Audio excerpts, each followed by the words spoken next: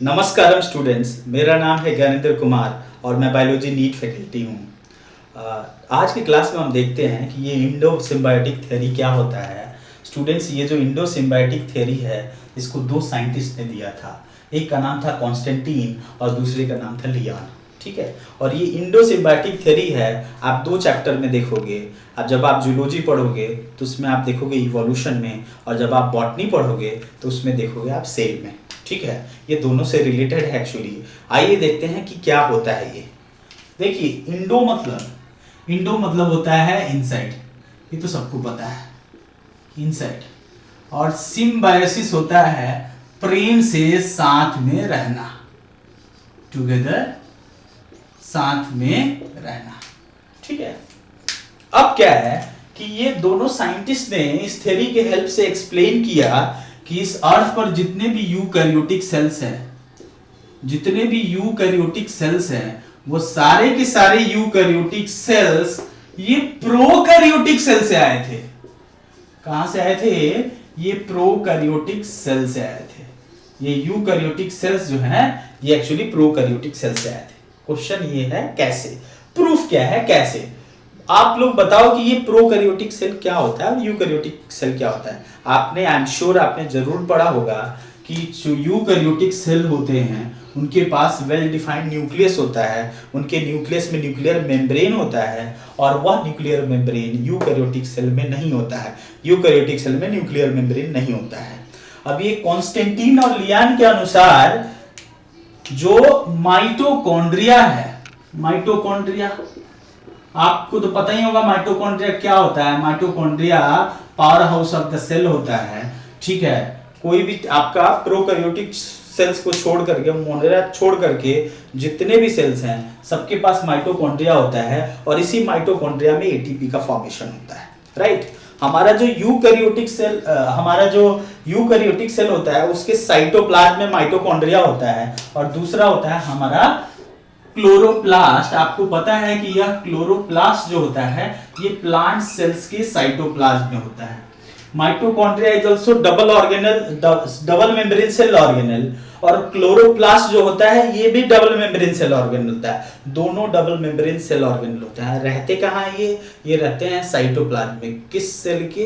ये रहते हैं साइटोप्लाज्म में यूकैरियोटिक सेल्स के। इतना तो आप लोग सब लोग जानते होंगे। अब ये जो दो साइंटिस्ट थे कॉन्स्टेंटीन और लियॉन ने, इन्होंने इसका कंपेयर किया प्रोकैरियोट से। इन्होंने इसको कंपेयर किया प्रोकैरियोट से। आपको स्टूडेंट्स आपको पता होगा कि प्रोकैरियोट्स जो होते हैं उनका जेनेटिक मटेरियल होता है सर्कुलर डीएनए, होता है ना। यूकैरियोटिक में जेनेटिक मटेरियल तो लीनियर डीएनए होता है, लेकिन प्रोकैरियोटिक सेल्स में there genetic material is actually circular DNA. ठीक है, अब जब हमने माइटोकॉन्ड्रिया का मैट्रिक्स का स्टडी किया तो हमने पाया कि अरे यहां पर भी सर्कुलर डीएनए है। ठीक है, ये तो सेल ऑर्गेनेल है, फिर भी इसके मैट्रिक्स में, माइटोकॉन्ड्रिया के मैट्रिक्स में सर्कुलर डीएनए है। क्लोरोप्लास्ट जो है, क्लोरोप्लास्ट में भी इसके स्ट्रोमा में सर्कुलर डीएनए है। ठीक है, आपको पता होगा कि प्रोकैरियोट्स जो होते हैं, बैक्टीरिया जो होते हैं, ये बैक्टीरिया का जो साइटोप्लाज्म होता है उसमें सेल ऑर्गेनेल होता है, और वो विदाउट मेम्ब्रेन सेल ऑर्गेनेल होता है, और वो होता है हमारा 70S राइबोसोम होता है ना। 70S राइबोसोम होता है कि नहीं होता? होता है, बिल्कुल राइट। और जब हमने माइटोकॉन्ड्रियल मैट्रिक्स का स्टडी किया तो पाया कि अरे भाई इसमें भी 70S राइबोसोम है। हम लिख रहे हैं यहाँ पे 70S राइबोसोम है। और हमारा क्लोरोप्लास्ट जो है, क्लोरोप्लास्ट में भी 70S राइबोसोम है। ठीक है, क्लोरोप्लास्ट के स्ट्रोमा में भी 70S राइबोसोम है। ठीक है, बिल्कुल प्रोकैरियोट की तरह।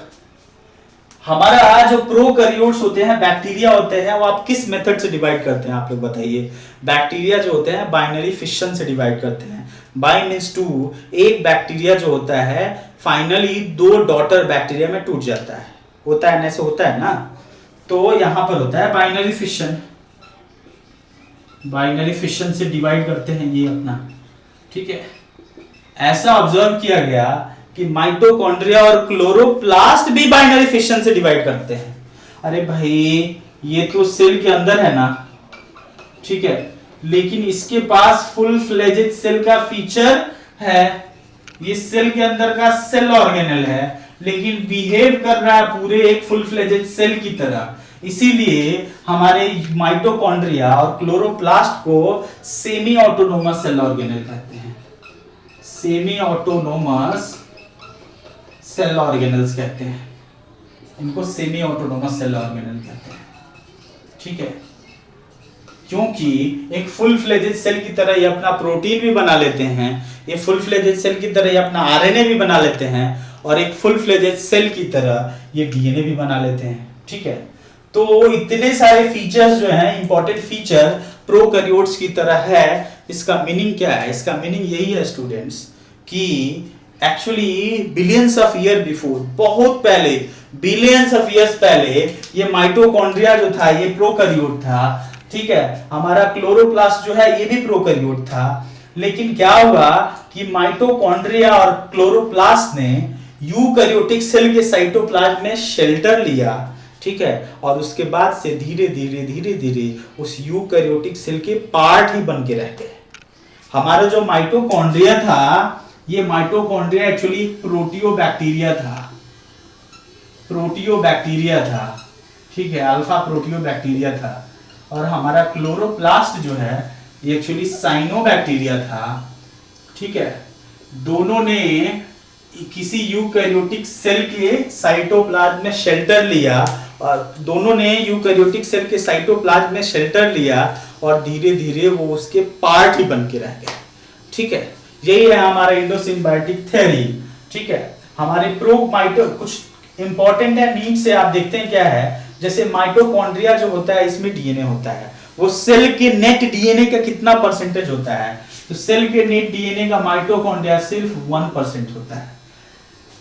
मैटरनल जीन इनहेरिटेंस के लिए टॉपिक आएगा तो हम लोग देखेंगे मैटरनल जीन इनहेरिटेंस क्या होता है। मैटरनल जीन इनहेरिटेंस के लिए इसमें से कौन सा रिस्पॉन्सिबल है? तो मैटरनल जीन इनहेरिटेंस के लिए हमेशा साइटोप्लाज्मिक डीएनए रिस्पॉन्सिबल होता है, और वो होता है माइटोकॉन्ड्रिया का डीएनए, और वो होता है क्लोरोप्लास्ट का डीएनए, ठीक है। Adenine thymine cytosine guanine, adenine thymine cytosine guanine हमारा माइटोकॉन्ड्रिया जो होता है, माइटोकॉन्ड्रिया जो होता है, चाहे हमारा क्लोरोप्लास्ट जो होता है, बिल्कुल प्रोकैरियोट की तरह जीसी रिच होता है, गुआनिन और साइटोसिन रिच होता है। ये दोनों जो होते हैं बिल्कुल सर्कुलर, जो प्रोकैरियोट के सर्कुलर डीएनए की तरह साइटोसिन और गुआनिन रिच होते हैं। बाकी सब स्टूडेंट्स हम देखेंगे नेक्स्ट क्लास में।